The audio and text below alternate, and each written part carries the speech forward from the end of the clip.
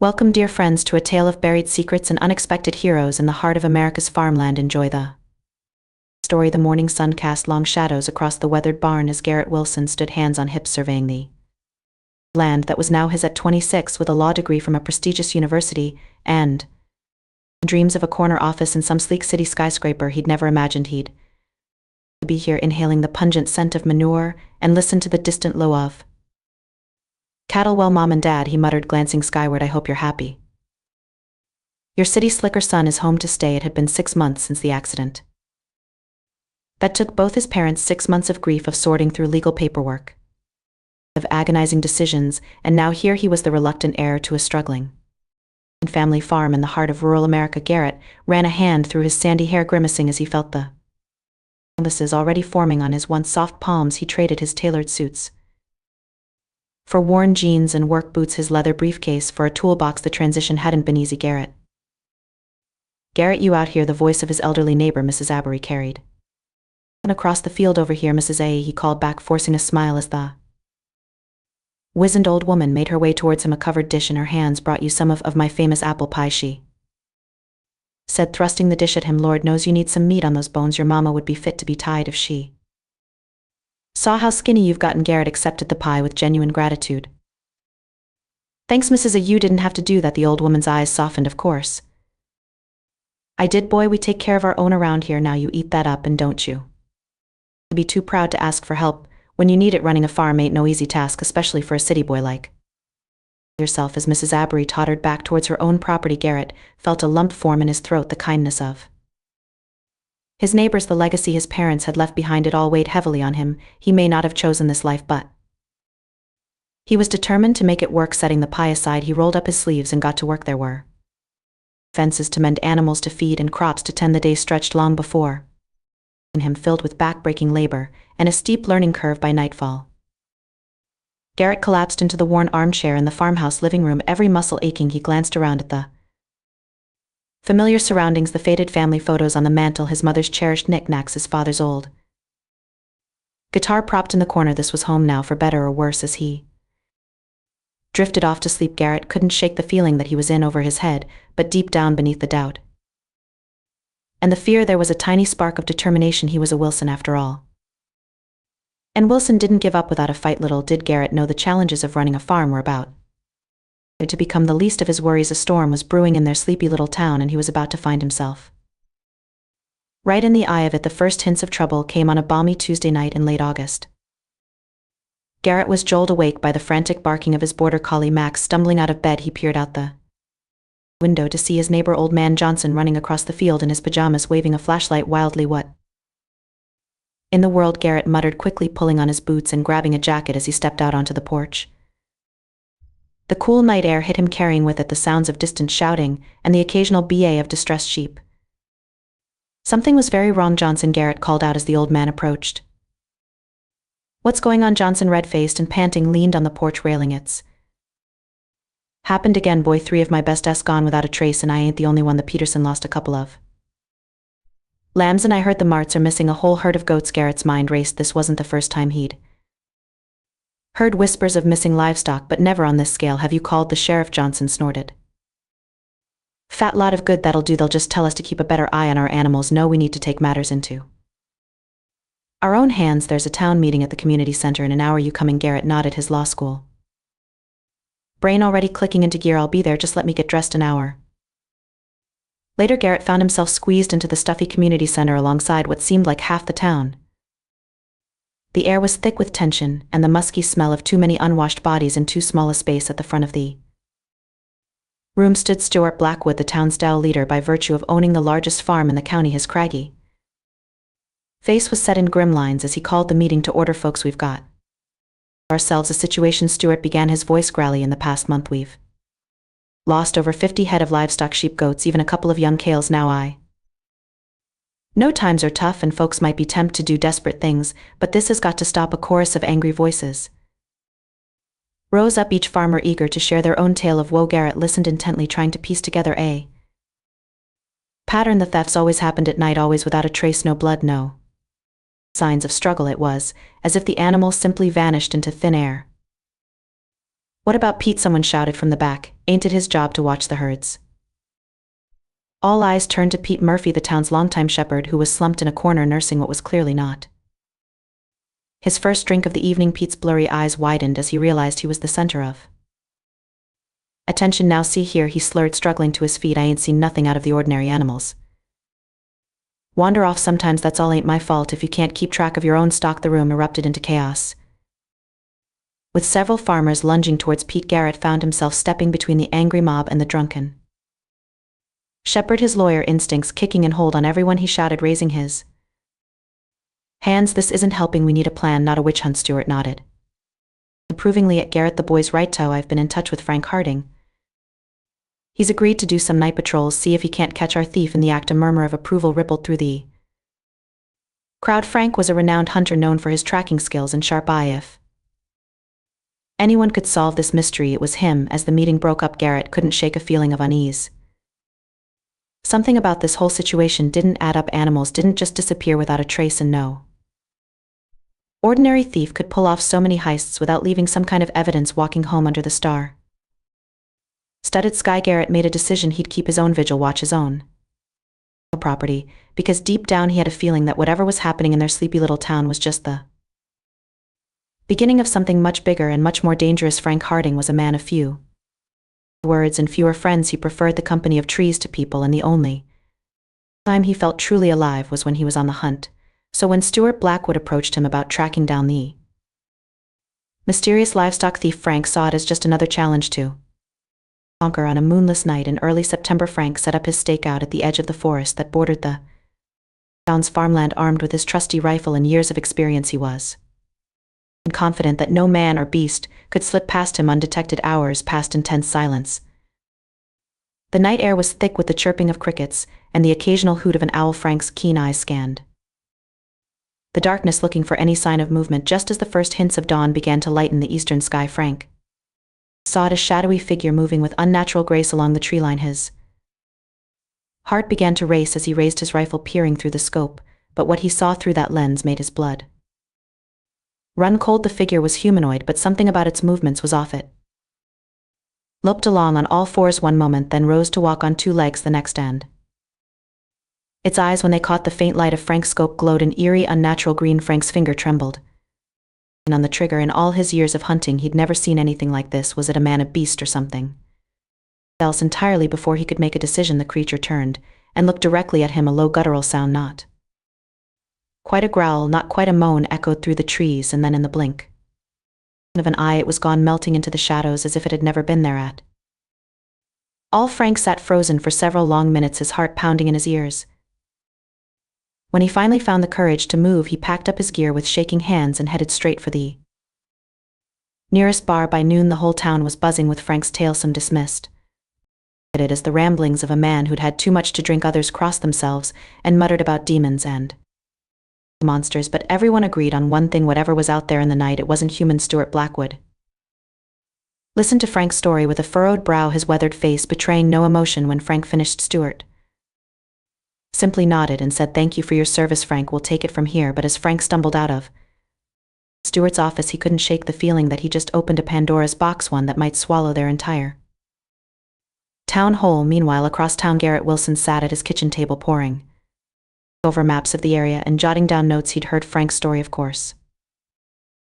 Everyone had, but unlike most of his neighbors, Garrett wasn't willing to chalk it up to superstition or alcohol-induced hallucinations. There was a rational explanation for what was happening. He was sure of it, and he was determined to find it no matter what it took. As the sun set on another day in their troubled town, Garrett made his way out to the barn, a set of newly purchased security cameras tucked under his arm. If there was a thief out there, human, animal, or otherwise, he was going to catch them in the act. Little did he know his amateur sleuthing was about to uncover a secret that would shake their community to its very core. Garrett wiped the sweat from his brow as he secured the last security camera to the corner of the barn. The late summer heat was stifling, even as the sun began to set, painting the sky in brilliant shades of orange and pink. "You're wasting your time, city boy," a gruff voice called out. Garrett turned to see Bill Thompson, one of the local farm hands, leaning against a fence post with a smirk on his weathered face. "If old Frank couldn't catch whatever's out there, what makes you think your fancy gadgets will do any better?" Garrett bit Back a sharp retort. He'd been hearing variations of this sentiment ever since he'd announced his plan to set up surveillance. The townsfolk seemed to view his efforts as a combination of naive optimism and city-bred arrogance. Instead, he forced a smile. Maybe not Bill, but it can't hurt to try, right, Bill? Shrugged, pushing off from the fence. Suit yourself, just don't come crying when your cameras get stolen too. Whatever's out there, it ain't natural, and no machine's going to catch it. As Bill ambled away, Garrett felt a flicker of doubt. Was he being foolish? Maybe the locals were right. Maybe there was something supernatural at work here. He shook his head, banishing the thought. No. There had to be a logical explanation, and he was going to find it that night. Garrett sat in front of his laptop, multiple windows open, showing live feeds from each of his cameras. His eyes burned and from the strain of staring at the screen, but he was determined not to miss a thing. Hours ticked by. Midnight came and went. Garrett's head began to nod, his eyelids growing heavy. A sudden movement on one of the screens jolted him awake. There at the edge of the forest, a figure was moving. Garrett leaned in, his heart racing. The image was grainy, the lighting poor, but he could make out a human shape moving with an odd loping gait. Got you? Garrett whispered, his fingers flying over the keyboard as he zoomed in and adjusted the contrast. For a moment the figure turned, seeming to look directly at the camera. Garrett's breath caught in his throat. The face was mostly hidden in shadow, but he could have sworn he saw a flash of something, fear, desperation, and then as quickly as it had appeared, the figure was gone, melting back into the darkness of the forest. Garrett sat back, his mind whirling. It wasn't a monster or a demon, it was a person, but who and why were they skulking around in the middle of the night? He played the footage back, analyzing every frame. There was something familiar about the way the figure moved, something that nagged at the back of his mind. But try as he might, he couldn't place it. As dawn broke, Garrett finally tore himself away from the computer. He had proof now, proof that the thief was human.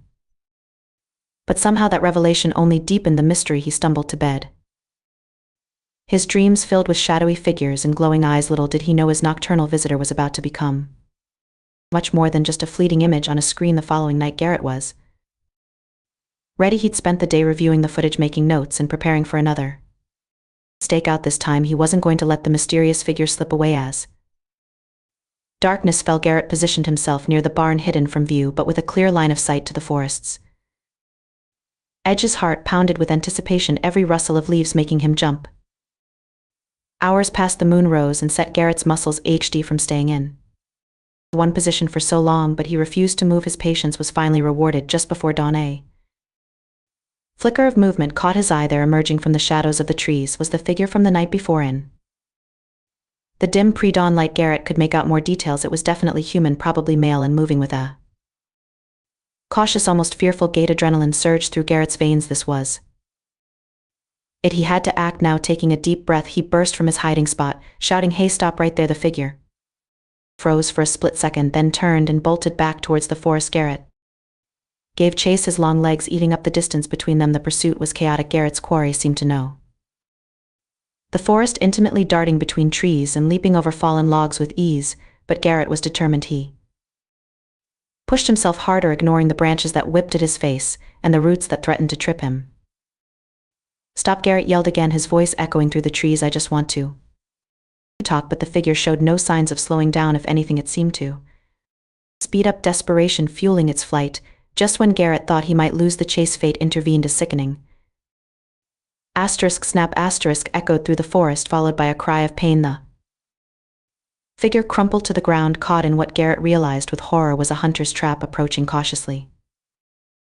Garrett's mind raced. Who was this person? A professional thief, a desperate local driven to crime by hard times. What he saw when he reached the fallen figure shocked him to his core. It was a boy no more than 17 or 18 years old. His clothes were ragged, his face dirty and gaunt, but what struck Garrett most were his eyes, wide with fear and pain, yet filled with a haunting intelligence. "Hey, it's okay," Garrett said softly, approaching slowly with his hands raised. "I'm not going to hurt you. Let me help you out of that trap." The boy's only response was a pained whimper. As Garrett knelt to examine the trap, he realized with a start that the boy hadn't spoken a word. Was he mute? Pushing that thought aside for the moment, Garrett focused on freeing the boy's leg from the vicious metal jaws of the trap. It was a gruesome task, and by the time he finished, both of them were sweating and shaking. There, Garrett said, sitting back on his heels, "That's going to need some attention.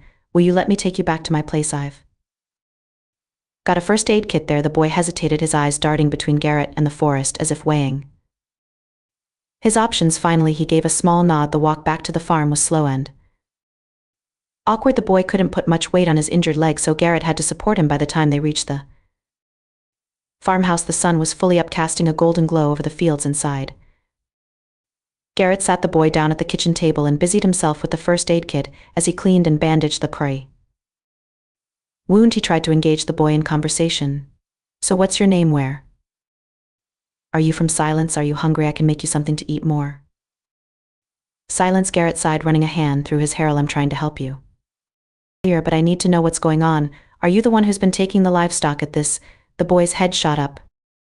His eyes wide with panic, he made a series of frantic gestures, pointing to his throat and shaking his head. Okay, Garrett said, holding up his hands. I get it. You can't speak here. Let me get you something to write with. He rummaged through a drawer and came up with a notepad and pen. The boy took them with trembling hands and began to write. His handwriting was shaky but legible. My name is Toby. I'm sorry for scaring everyone. I wasn't stealing. I swear I was just looking for my father. Garrett read the note, his brow furrowing in confusion. Your father? Who's your father? Toby hesitated, then wrote another line. Stuart Blackwood. But he doesn't know about me. Garrett felt as if the wind had been knocked out of him. Stuart Blackwood, the most powerful man in town. This mute, ragged boy was claiming to be his son. Toby, Garrett said slowly, I think you'd better start from the beginning. Tell me everything. And so through a combination of writing and gestures, Toby's story began to unfold. It was a tale of secrets and shame of a young woman named Laura, who had been taken advantage of by Stuart Blackwood nearly 2 decades ago, and of a child born in silence and raised in isolation, of a mother's deathbed confession and a son's desperate quest for identity. As Garrett read Toby's words, he felt a mix of emotions: sympathy for the boy's plight, anger at Stuart's actions, and a growing sense of unease. This wasn't just about missing livestock anymore. This was a scandal that could tear the entire town apart. Toby, Garrett said finally, what you're saying, it's big, really big. Are you sure about all of this? Toby nodded emphatically, then wrote, I just wanted to see him, to know where I came from. I never meant to cause trouble. Garrett sighed, rubbing his temples. He was in way over his head now, but looking at Toby's hopeful, frightened face, he knew he couldn't just turn the boy away. All right, he said, you can stay here for now. We'll figure this out together, but Toby, you have to promise me you won't go sneaking around anymore. It's not safe and people are scared. Toby nodded eagerly, relief washing over his features as Garrett showed Toby to the spare room. His mind was racing. How was he going to handle this? Should he confront Stuart, go to the authorities, and what about the real livestock thieves? Because if Toby was telling the truth, they were still out there somewhere. One thing was certain: life in their sleepy little town was about to get a whole lot more complicated. The next few days were a whirlwind of activity for Garrett. He'd called in sick to his farm duties, using the excuse of a bad flu to buy himself some time. In reality, he was trying to corroborate Toby's story while keeping the boy hidden from prying eyes. It wasn't easy. Toby, though eager to help, was limited in his ability to communicate, and the more Garrett dug into the past, the more he realized how deep this secret really went. He started with the town records, using his legal training to sift through decades of births, deaths, and property transfers. Laura's name popped up occasionally. She'd lived on the outskirts of town until her death just a few months ago, but there was no record of Toby's birth, no mention of a father on any documents. It's like you don't exist, Garrett muttered, rubbing his tired eyes. Toby, who had been watching him work, scribbled on his notepad. Mom always said it was safer that way. Garrett nodded grimly. He was starting to understand the lengths Laura had gone to protect her son and herself from the fallout of Stuart's actions. As the sun set on another day of fruitless research, Garrett decided it was time for a more direct approach. He needed to talk to someone who had been around back then, someone who might remember Laura and Stuart's relationship. His mind went to Mrs. Abery. The old woman had lived in town her entire life, and was known for her sharp memory and sharper tongue. If anyone knew the truth, it would be her. The next morning, Garrett made his way to Mrs. Aber's house, a plate of store-bought cookies in hand. As a peace offering, he found her on her porch, walking gently in her favorite chair. Well, she cackled as he approached. If it isn't the Prodal farmer come to get some tips on crop rotation, Garrett chuckled, settling into the chair beside her. Not today, Mrs. A. Actually, I was hoping to ask you about something that happened a long time ago. Mrs. Abe's eyes narrowed. Oh, and what might that be? Taking a deep breath, Garrett launched into his carefully prepared speech. He spoke of Laura, of rumors he'd heard about her relationship with Stuart of a possible child. He watched Mrs. Abernathy's face carefully as he talked, noting the flicker of recognition in her eyes when he finished. The old woman was silent for a long moment, then, with a heavy sigh, she said, "I always knew this would come out someday. Can't bury the past forever, no matter how hard you try." Over the next hour, Mrs. Abory filled in the gaps in Toby's story. She spoke of the scandal that had rocked the town nearly 2 decades ago, how Stuart, then a rising star in local politics, had been caught with Laura, a girl barely out of high school, how his father had used his influence to hush everything up, sending Laura away, and spinning a tale of a business trip to explain Stuart's absence for several months. We all knew it was a lie, Mrs. Abory said, her voice heavy with old regret, but times were different then. People didn't want to believe bad things about good families, and the Blackwoods, well, they were as good as it got around. Here Garrett listened, his heart heavy. And Laura, what happened to her? Mrs. Abory shook her head sadly. Poor girl, she came back about a year later with a baby in tow. Wouldn't say who the father was, but we all knew Stuart was married by then to a girl his parents approved of. Laura just faded into the background, kept to herself, raised that boy alone. As Garrett walked home, his mind was reeling. He had the confirmation he needed, but it brought him no joy. This wasn't just Toby's story anymore. It was a tragedy that had shaped their entire community for years. Back at the farmhouse, he found Toby waiting anxiously. The boy's eyes asked the question he couldn't voice. "What did you find out?" Garrett sat down heavily, meeting Toby's gaze. "I talked to Mrs. Abory," he said slowly. She confirmed your story about your mom and Stuart."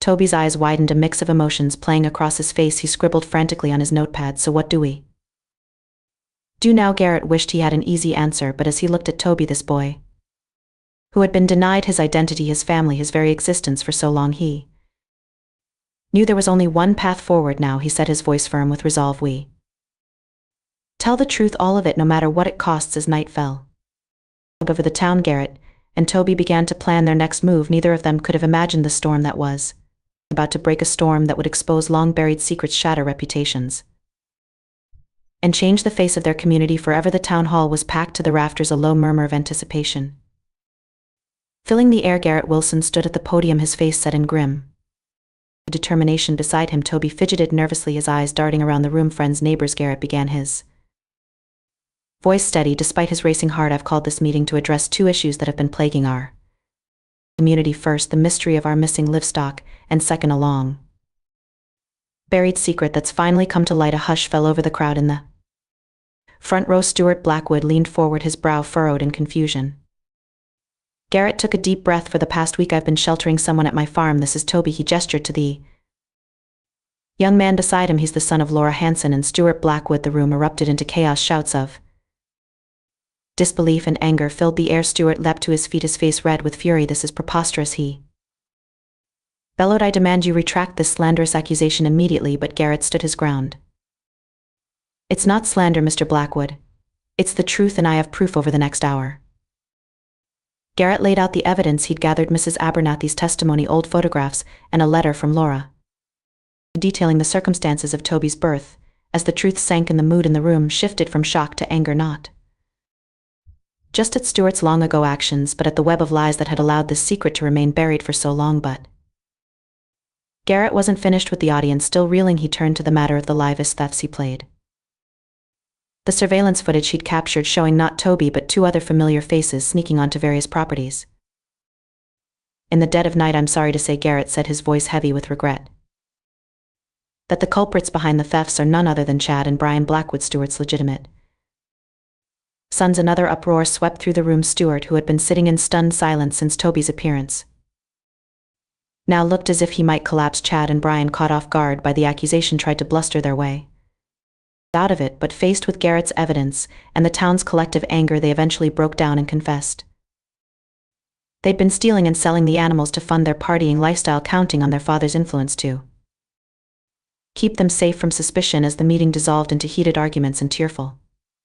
recriminations, Garrett made his way to Toby's side. The boy stood alone, watching the chaos unfold with a mixture of awe and trepidation. "You okay?" Garrett asked softly. Toby nodded, then scribbled on his ever-present notepad, "What happens now?"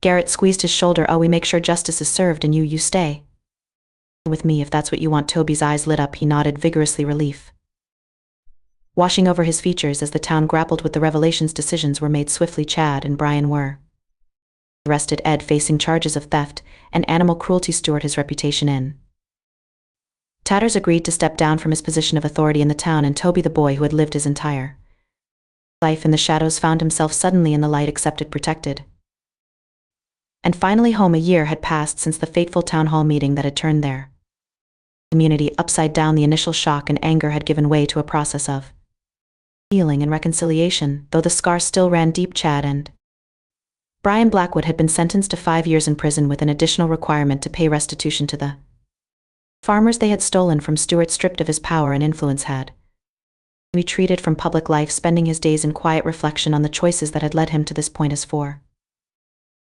Garrett and Toby, they had settled into a comfortable routine on the Wilson farm. Garrett had officially become the legal guardian, and the bond between them had grown stronger with each passing day. On a warm September morning, Garrett stood in his field, surveying the golden waves of wheat rippling in the breeze. A sense of pride and contentment washed over him. This was where he belonged, he realized.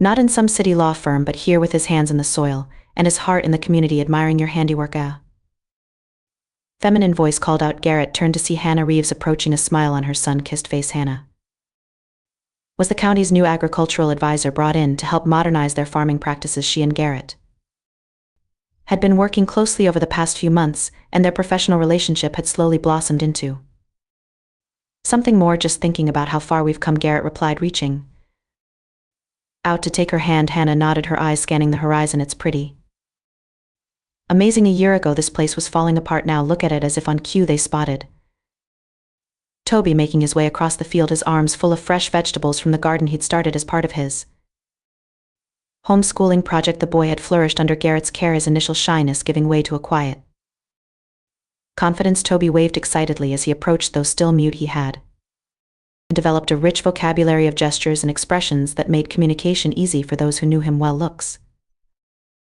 like someone's been busy, Hannah said warmly as Toby proudly displayed his harvest. Toby nodded, then pulled out his notepad to scribble. I'm making ratatouille for dinner. Will you stay? Hannah glanced at Garrett, who smiled and nodded. We'd love to, she said as they walked back to the farmhouse together. Garrett felt a sense of contentment wash over him. This makeshift family they'd created, him, Toby, and now Hannah, was unexpected but deeply cherished inside. As they prepared dinner together, the conversation flowed easily. Toby shared his excitement about an upcoming science fair project, while Hannah regaled them with tales of her latest adventures in agricultural innovation. As they sat down to eat, Garrett looked around the table and cleared his throat. I'd like to propose a toast, he said, raising his glass to new beginnings, second chances, and the family we choose to. Family, Hannah echoed, while Toby's silent nod spoke volumes. After dinner, as Toby cleared the dishes, insisting it was his turn, Garrett and Hannah took a walk around the property. They stopped at the old oak tree that marked the boundary of the Wilson farm, its gnarled branches a testament to years gone by. You know, Hannah said softly, leaning into Garrett's side, when I first got assigned to this town, I thought it would be a career dead end, just a bunch of set in their ways farmers resistant to change. Garrett chuckled, and instead I found a community that's been through hell and back, but I came out stronger for it. I found people willing to face hard truths and work towards something better. She turned to face him, her eyes shining. And I found you. And Toby, Garrett's heart swelled. He took both of Hannah's hands in his. Hannah, I love you. This past year has been a whirlwind, and I don't know what I would have done without you by my side. Will you marry me, be a part of this family we're building? Hannah's eyes widened in surprise, then crinkled with joy. Yes, she breathed. Yes, of course I will. As they sealed their engagement with a kiss, Garrett felt as though his life had come full circle. He'd come back to this farm reluctantly, a city boy playing at being a farmer. Now he couldn't imagine being anywhere else. Back at the house, they shared their news with Toby. The boy's face lit up with joy, and he threw his arms around both of them in a tight hug. As the evening wound down, Garrett found himself on the porch, watching the fireflies dance in the gathering dusk. Toby by his side. You know, Garrett said quietly, your mom would be proud of you, Toby, and I hope you know that I'm proud of you too. Toby nodded, his eyes glistening with unshed tears. He scribbled quickly on his notepad, I'm happy here with you and Hannah. This is home. Garrett felt a lump form in his throat. That's right, buddy, this is home. And we're family now and always. As Hannah joined them on the porch, the three of them settled in to watch the The stars come out their conversation, a comfortable mix of reminiscence and plans for the future Garrett looked at. Toby, this boy who had come into his life so unexpectedly and changed everything. He thought about Hannah and the life they were going to build together, and he thought about the town slowly healing from the wounds of the past, and moving towards a brighter future. It hadn't been an easy journey, but sitting here now, surrounded by love and the promise of a bright future, Garrett knew it had all been worth it for.